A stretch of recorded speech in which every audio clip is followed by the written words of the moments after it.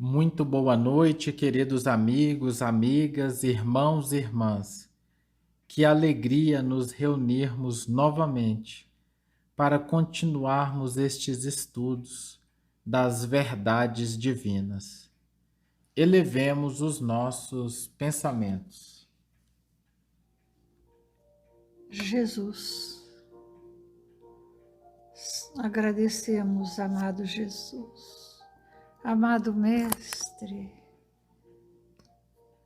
pela sua presença amiga em nossas vidas, dando-nos esperança, dando-nos a certeza do vosso amor, dando-nos a certeza, amado Jesus, da vossa presença, da presença dos bons espíritos, orientando aos nossos passos, ajudando-nos, Jesus, a termos o discernimento e a clareza para seguirmos em frente. Amado Mestre, abençoa, Senhor, e ampara a todos os nossos irmãos de toda a terra, a todos os que retornaram ao plano espiritual. Rogamos o vosso amparo, Senhor, aos familiares que aqui ficaram, em desespero atroz, pela partida de entes tão amados. A Jesus, ampara a todos nós, na terra, neste momento de sofrimento e de angústia. Abençoa, ó Senhor, a todas as fraternidades para o bem universal dos dois pontos da terra, encarnados ou não. Abençoa, Senhor, a todos os nossos irmãos, médicos, enfermeiros, bombeiros, trabalhadores que nos auxiliam, ó Jesus, a mantermos a nossa vida. Senhor, que o vosso amparo, que a vossa luz misericordiosa possa tocar aos corações, para que se asilem na fraternidade, para que aprendam, Senhor, a estar contigo, agradecendo o vosso amparo, auxiliando aos que sofrem. Abençoa o nosso Brasil, ampara os nossos dirigentes, para que, Senhor, a pátria do Cruzeiro e do Evangelho possa crescer em fraternidade e paz. Mas te rogamos por todos os países, principalmente, Senhor, pelos nossos irmãos da Índia, que se debatem com esse vírus tão terrível. Senhor, rogamos o vosso amparo.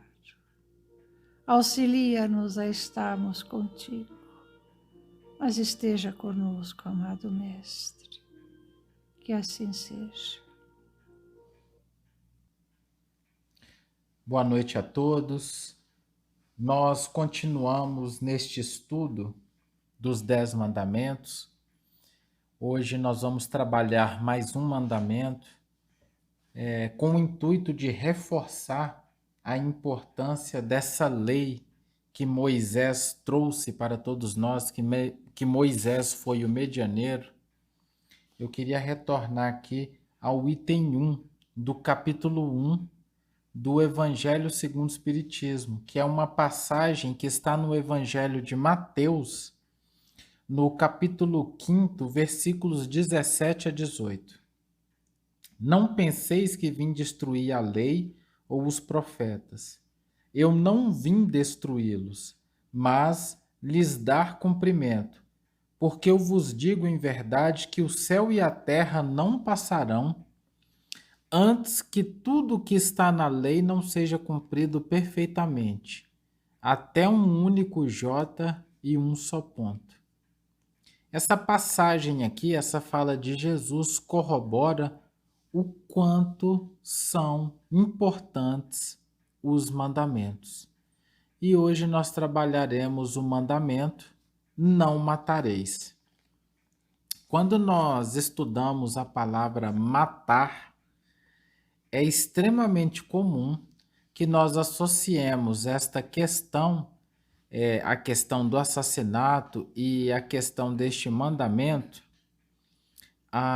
ao fato de nós tirarmos a vida do corpo de carne, ao fato de nós matarmos o robô de carne. As leis materialistas entendem que quando se mata o corpo de carne, se mata o espírito, se mata o indivíduo, se mata tudo. Nós, cristãos, sabemos que a morte não existe. Que quando nós matamos o corpo de carne, o espírito eterno, ele segue. A única coisa que aconteceu é que o veículo carnal perdeu a vida, mas o espírito é eterno. Isso é importante nós trazermos este conceito, porque matar não está restrito especificamente a tirar o corpo de carne, porque em várias situações a simples perda do corpo de carne não vai causar constrangimento nenhum ao espírito. Porque, por exemplo, alguém que pode vir a perder o corpo de carne numa ação heróica, o espírito vai carrear com ele a sensação do dever cumprido e uma sensação de paz. Então, essa visão restrita de que não matar é não tirar o corpo de carne, nós precisamos refletir hoje para entender efetivamente o que seja, em sua concepção mais profunda, este mandamento: não matareis. Dentro disso, nós podemos trazer aqui uma primeira questão, né, que pode nos trazer uma elucidação maior, que a Carol vai apresentar para a gente aqui um ponto bem interessante. Então, eu não sei pronunciar a palavra. Me desculpem, eu vou ler como está escrito na pesquisa que eu fiz. Em hebraico, Em né? hebraico, hatzat, matar, assassinar, destruir. Aparece 47 vezes no Antigo Testamento. Mas a primeira ocorrência desse termo é no Êxodo com Moisés. E nós vamos ver que o não matarás é uma expressão genérica. O dispositivo mosaico proíbe o homicídio premeditado, assassinato violento de um inimigo pessoal, etc. Então, nós vamos ver que só no norte da Arábia é que foi encontrado um termo semelhante, hadaha, quebrar em pedaços, estilhaçar. E então esse termo, né, em hebraico significa isso. E aí a gente vai conversar, não é, Rê, sobre essa questão do não matarás ou não assassinarás. Não destruirás, não quebrareis em estilhaços. Ou seja, nós já podemos ver que é bem mais amplo. Só o fato de nós percebermos que essa questão de acabar com o corpo de carne não é o fim em si mesmo do não matarás, já vai mudar bastante o nosso horizonte. E o primeiro ponto que a gente quer trazer aqui é com relação aos sonhos e esperanças. Quantas vezes nós não matamos, nós não destruímos, estilhaçamos os sonhos e as esperanças de alguém? em inúmeras situações, isso é muito pior do que destruir o corpo de carne. Porque quando eu mato o sonho e a esperança de um espírito, serão séculos para aquele espírito refazer a sua força, muitas vezes o seu ânimo para continuar. Eu posso de tal maneira humilhar alguém com o poder que eu tenho, denegrir, difamar, destruir alguém, que esse espírito, mesmo que ele perca o corpo de carne, não acontecerá um milagre que, com a perda do corpo de carne, a mente vai se desvincular daquele momento traumático. E quantas vezes, não é, Rê, que nós mesmos, com os nossos pensamentos em desequilíbrio, entramos em depressão e matamos os nossos sonhos. É alguma coisa para se pensar. Uma grande tragédia da humanidade de hoje é exatamente a depressão. Mas o que é a depressão? Por que a pessoa se envolve nesse caminho de tanta dor? É justamente quando a pessoa deixa de ter as esperanças de coisas melhores.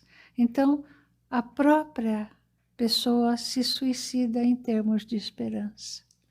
O indivíduo, por falta dessa fé, ele mata a si mesmo.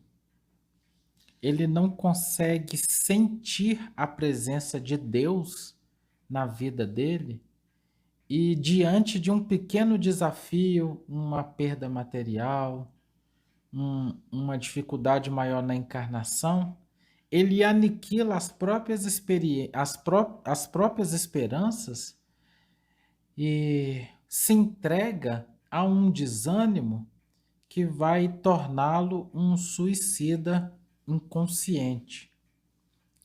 Há que se ter muito cuidado, porque a língua, os pensamentos, a palavra, ela é mais mortal do que um projétil, do que uma espada, que só mata o corpo de carne, volto a dizer. Mas quando se mata a esperança e o sonho de alguém, os danos são potencialmente maiores. Será que nós não estamos matando, destruindo, estilhaçando as esperanças de alguém?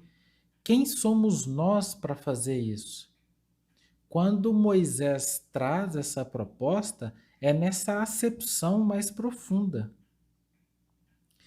E há que termos extremado cuidado, porque nós fazemos isso com as ironias, com as indiferenças. Nós agimos constantemente, sem que muitas vezes tomemos até consciência do que estamos fazendo, de uma maneira que nós vamos minando a esperança do outro.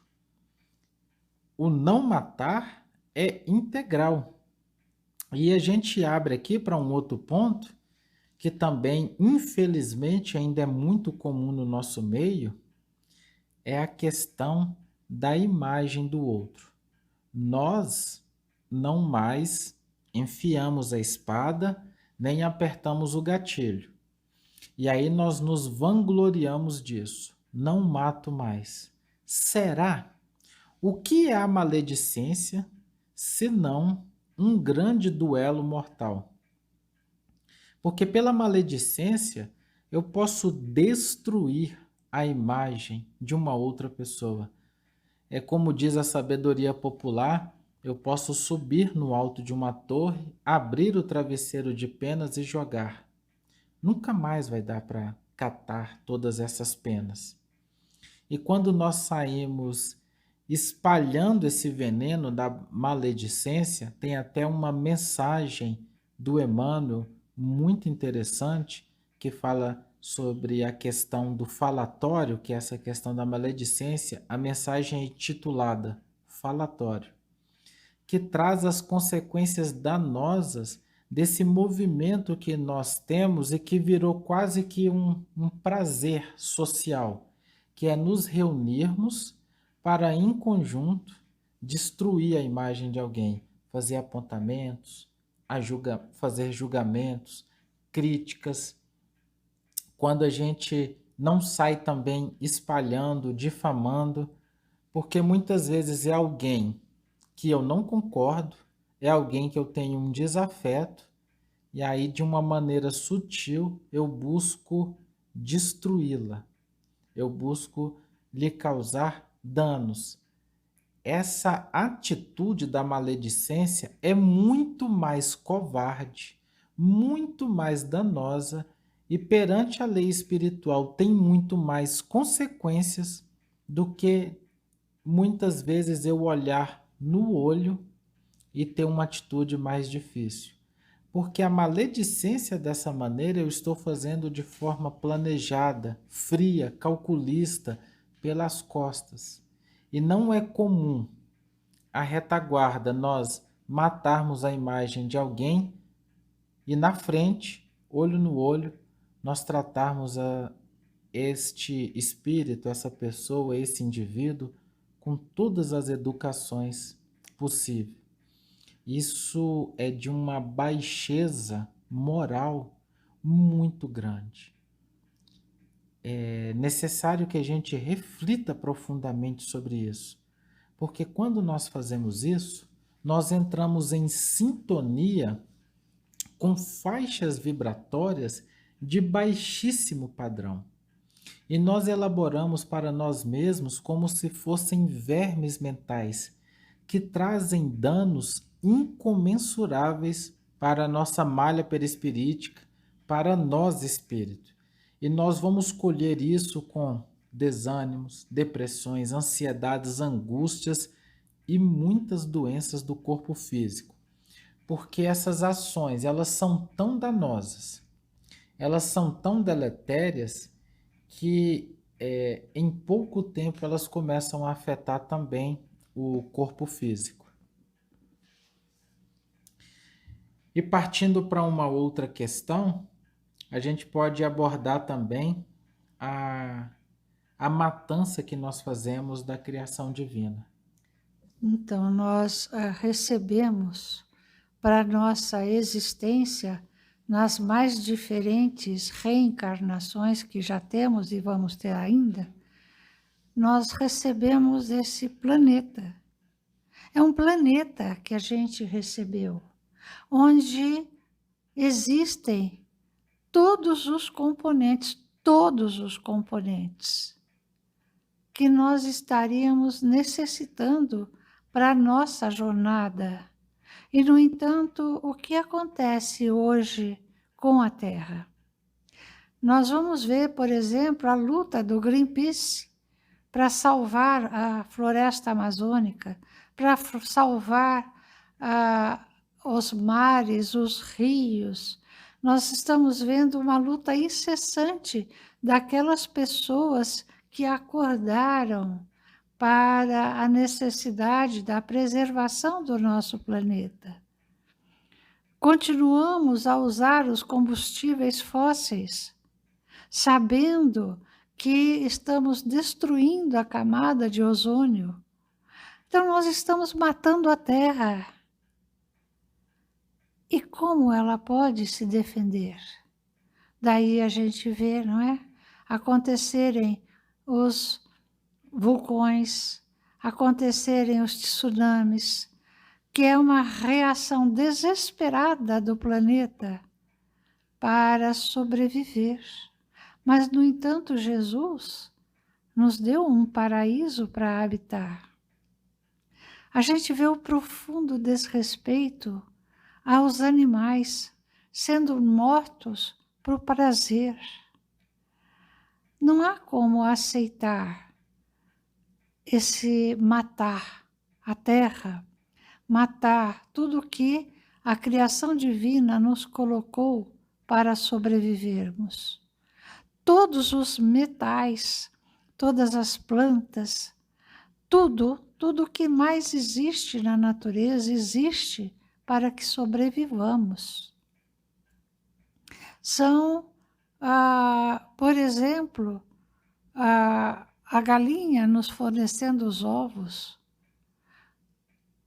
as vacas nos fornecendo leite. E assim, se formos analisar, por que matar? Por que matar as árvores? Por que matar os rios?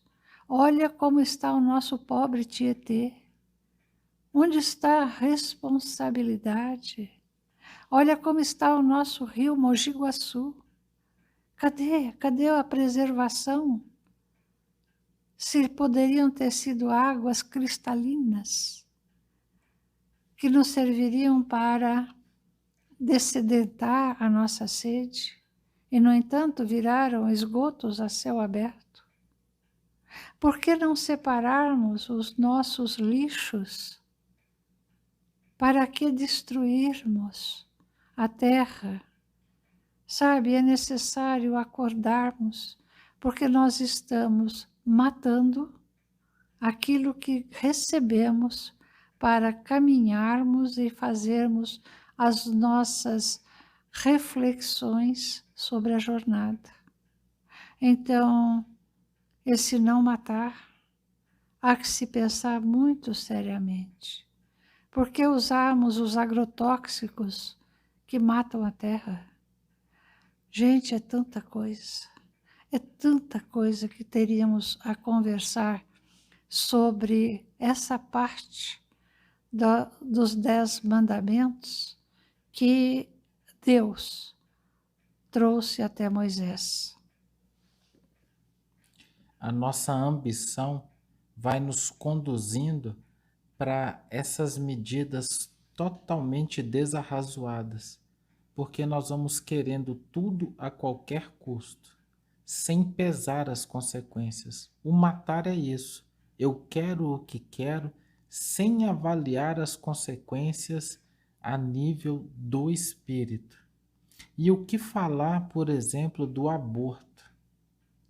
O aborto é um crime, é um assassinato, é uma destruição ainda mais difícil, porque eu tiro as esperanças também daquele espírito que estava para vir. Eu mato as esperanças daquele espírito. Nós temos vários relatos na literatura espírita de espíritos que estavam próximos ao reencarne e a mãe decidiu pelo aborto.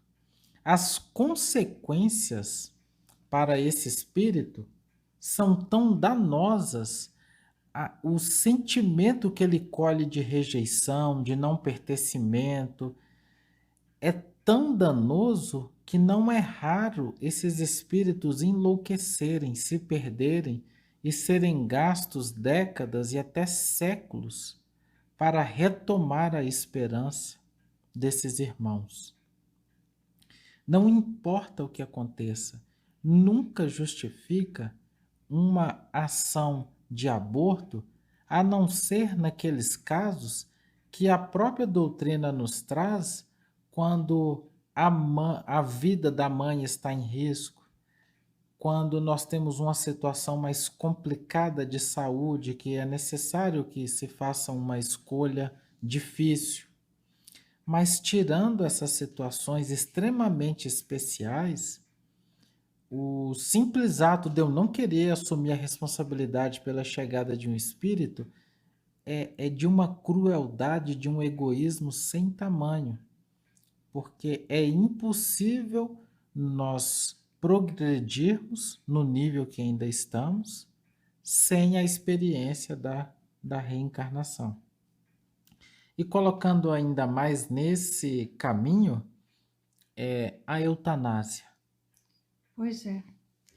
A eutanásia, existem na Europa clínicas especializadas em eutanásia. A pessoa decide que não quer enfrentar aquele sofrimento, seja de um câncer, seja, sei lá, uma doença mais complicada, então vai para essas clínicas e aí há a eutanásia assistida.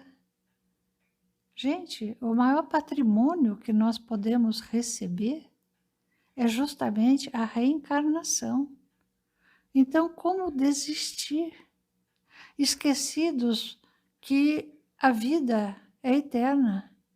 Então, deixamos o corpo e nos encontramos em péssima situação de suicidas. Será que vale a pena? Não importa o quão difícil seja a situação, porque nós sabemos que existem inúmeros dilemas da ciência médica material, onde familiares estão numa condição difícil, que é trazido que não há mais o que fazer. Nós sabemos que existem inúmeras situações possíveis, mas em todas elas cabe a nós fazer todo o esforço possível para se manter a vida. Que a vida dure 2, 3, 1 hora a mais. É necessário fazer esse esforço, porque nessa 1 hora o espírito, tateando aquela dor e aquela experiência, ele pode abrir os olhos para questões muito maiores que vão lhe economizar décadas de uma outra encarnação.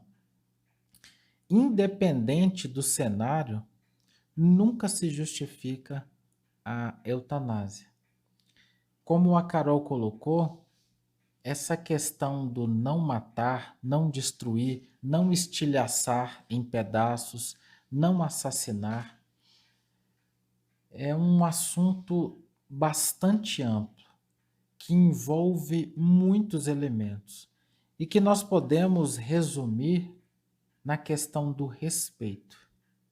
Porque quando nós respeitarmos os sonhos dos outros, a vida do outro, a natureza, a criação divina, quando nós estivermos num movimento de respeito integral, nós não mataremos a mais ninguém. Nós não mataremos a imagem de ninguém. Não mataremos os sonhos. Não mataremos os sonhos. As esperanças. Quando nós conseguirmos trabalhar essa questão do respeito incondicional, só nesse momento que estivermos respeitando incondicionalmente a tudo e a todos, é que nós estaremos cumprindo este mandamento. Não matareis. Enquanto tivermos um único ponto, uma única ação de desrespeito, de violência ao tempo do outro, ao entendimento do outro, à vida do outro, qualquer ponto, nós ainda não estaremos vivenciando o que seja o não matar. E nem estaremos prontos para vivenciarmos a Terra como plano de regeneração. Vamos fazer a nossa oração?